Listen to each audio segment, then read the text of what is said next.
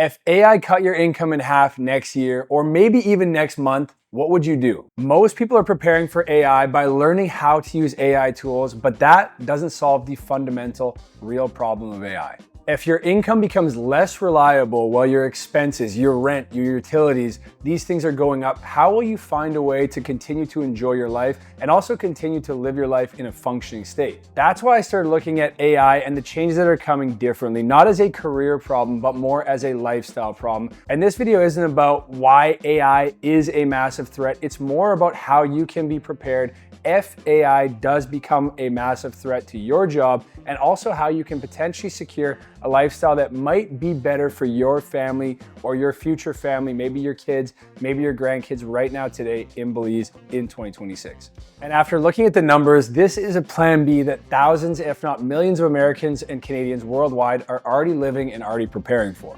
And that's where the fast movers are going to win, not because they're better at prompting AI, but because they're the first to redesign their life and set them up in a position to win. Let me explain. So first, I want to talk about the disruption of AI. It is a massive disruptor. In fact, one of the biggest in the history of humanity, and it has potential to be either the greatest thing that's ever happened to us or one of the biggest threats that we've ever had. Really, it is all encompassing in both. And we see CEOs of major AI companies talking about that threat just about every day now, saying there are risks involved with this, but it doesn't seem to be slowing down. So at the same time, we're pushing forward with a future that it is going to involve AI. And don't get me wrong, guys, I'm prompting every day I'm in there, but I'm also aware I want to have my backup plan set in case there's a point when I have a hard time generating income and making money. So now let's talk about the scale of the disruption. So you've got 92 million jobs that are projected to be displaced by 2030. This is a stat from the World Economic Forum, their future jobs report. So we're talking about 22% of all jobs. We're talking about 800 million workers globally. We're talking about 84% of US workers.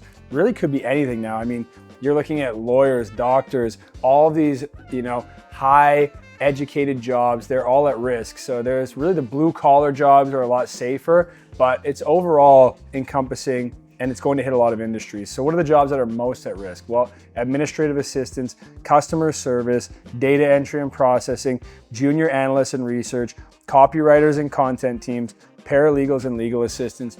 And a lot of these entry point jobs, that's where you really establish yourself to build a long-term career. Now, there are going to be many new industries and new jobs that emerge from AI, and likely will have some job creation to counteract what's going on with the job loss there. But overall, these are a lot of stats that it's important to keep our eyes on and plan what you're doing. If you're in a field right now that's probably going to get eliminated, I would say to all my young people out there, start looking at things that are going to be long lasting, where you can build your future and get involved in those. What happens if your income drops by 50%? We have a few cities here, Miami, Toronto, Vancouver, and then you've got Belize, of course. So your rent, and these are honestly probably low. They probably should be quite a bit higher, and your groceries. But basically, the point is you're gonna have a really hard time covering your expenses, as I'm sure many people in major US and Canadian cities already do. So let's talk about the financial trap of being in North America right now. So you've got home prices seeing about 47% jump since 2020. I have two here. Obviously, they're two of the most expensive places in Canada and the Canadian market, but you're looking at about 1.2 million and 1.1 million respectively for the median home price. So the income needed to purchase a home is an 11.9x. So we're talking about basically being priced out of these markets every single day. More so than that though, let's talk about household debt. Right now we are seeing an all-time high in household debt. So mortgage debt for the US, let's have a little breakdown here. 12.3 trillion, student loans 1.77 trillion, credit card 1.13 trillion, and auto loans 1.61 trillion. This is the trap, you go to school. Now, the real crux of going to school, if you're in the past, 5-10 years, is that you paid for that degree, you have these student loans, and now you can't even pay them back because you can't get that junior data analyst job to go out and pay those loans back, because now AI is doing that job. So you got to go back to the drawing board and say, what am I going to do now, and figure that out. But at the same time, all of these loans, you go get your car, you get a loan, you buy a new car, and okay, I'm going to finance that, go get your house. And now you're in the trap, the debt trap of being in the United States. And this is one of the big things that leads to the 57% of Americans cannot cover a $1,000 emergency. I'm just gonna let that stat sit for a second. So 57% of Americans can't cover, 34% have zero savings, 22% have less than 3 months of emergency funds, 61% of Canadians are living within $200 per month of insolvency. And guys, I don't wanna this is a really happy channel, but I also wanna send this message out to any of our viewers right now to let them know at the end of this, there is something that you can do. You can take action. You can make that plan B. This is actually a really positive message. So I'm just giving you the stats right now, but don't forget at the end of this, we're gonna talk about solutions and what you should be doing right now if this is a concern for you. So more so than any of this might be the most important thing we talk about in this video. There is a social crisis going on in Western societies right now. You see it all over the world. You see it in the US, you see it in Canada, you see it in Europe. Let's talk about being a kid in the 1990s or before that. I know for me, I remember going on my bike, going over to my friends' houses. You know, you could roam around the neighborhood until dark. There was pickup sports every day. There was a different sport going on that we were playing. There was face-to-face learning, and when you were in schools, there were no screens, and that's something that's really unavoidable. The boredom probably led to creativity. Now let's talk about today's childhood. 7 hours plus with a screen. You have 40% of kids are outdoors less than 1 hour per week. Guys, less than 1 hour per week. This is insane. The decline of unsupervised play. There's always someone watching. It's hyper scheduled. There's, you know, you're going from this and it's got a schedule here and there's 10 people watching here. Social media, passive consumption, so less creative, and it's led to a mental health crisis. This is just the stats right now. So teen depression has seen an increase of 70%, rise in anxiety 50%, higher depression risk based on using social media. It's leading to that. Daily screen use has increased above 4 hours. Gen Z are reporting depression at a rate of 42%, and teens are at a 23% mental health crisis. This is what's going on right now with the younger generation. And basically it's due to a lack of community right now. There are these online communities that are forming, but it's a lot harder as a young person in today's society to connect with people. The opportunities just aren't there as much. People are more concerned. They don't want to let their kids outside. So it's really led to a lot of these stats. Now, at the end, I'm going to talk about what it's like to be a kid in Belize and why I'm excited to raise my family in Belize. But before that, I want to talk about how is AI monetizing all of this? What's going on with AI? They just give you all this stuff for free? Of course not. You pay your small subscription fee, but at the end of the day, you're the product. All of this is about capturing data and learning about every little detail about the people that are using these platforms. So your location history, your purchase patterns, your search behaviors, your social connections, sleep health, political views, emotional states, financial situation, it's going to know everything about you. And in a more digital world, what gets scarcer? Well, privacy, community, time, attention, nature, and autonomy. All of these things that really are a fundamental human need are things that are actually going away with time due to using these things. So what's the new luxury in today's day and age? It's health, it's time, family, community, nature, and freedom. Now, I don't want to tell you guys that these are all Belize things here. Like I said, we're going to get to that at the end, but these are really Belize things here. You know, being in nature, Belize has the islands, it has the jungle, it has the waterfalls, it has so many different forms of wildlife throughout the country. You've got the freedom of really being able to live your life how you want. I think Belize is one of the most free countries on earth. It's one of my favorite things about it. Community. If there's one thing that I hear people saying when they come visit me in Belize, it's that when they get on that golf cart in San Pedro and they drive down the street, they say, I haven't felt that sense of community in decades. I hear that all the time. I heard it yesterday. Had a smoothie with an amazing couple who has a rental property out here. Shout out Michael and Tanya. They said the community of Belize is so special. Family, just being able to connect with your family, take your time with that. It's really so much easier out here.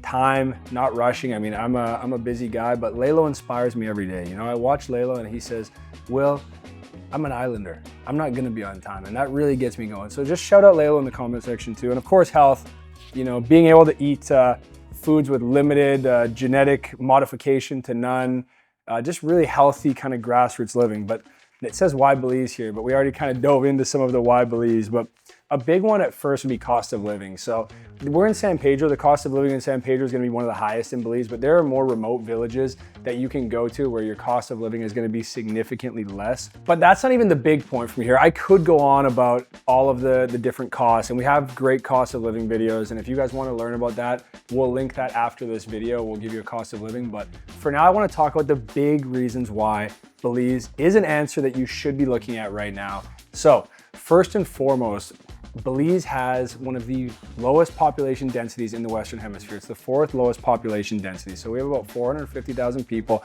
in this country. I challenge you, go to Google Earth, look at Belize on the map, and all you'll see is pretty much mostly just green. So we have a lush environment. We have food security. We produce more food than we consume in the country of Belize. And if you were to go out and get your property, even if it's 1 acre, even if it's a few acres, 10 acres, you could have your own food security there by getting chickens, planting whatever produce you want to have, veggies, have a little greenhouse there. Then you can go out to the rivers or ocean and fish, catch your fish for your protein. You have a setup where truly you could live off of the land. And then the biggest factor of this is you're not going to get absolutely shaken down by your ankles on your carrying costs. So property taxes are extremely low. Typically, you're looking at about 1 to 1.5% of the assessed value of the land. So if you're looking at a fancy multi-million-dollar house, I see a lot of cases where the property taxes are about $100 per year, $150 per year. There's no estate tax, there's no capital gains tax in Belize.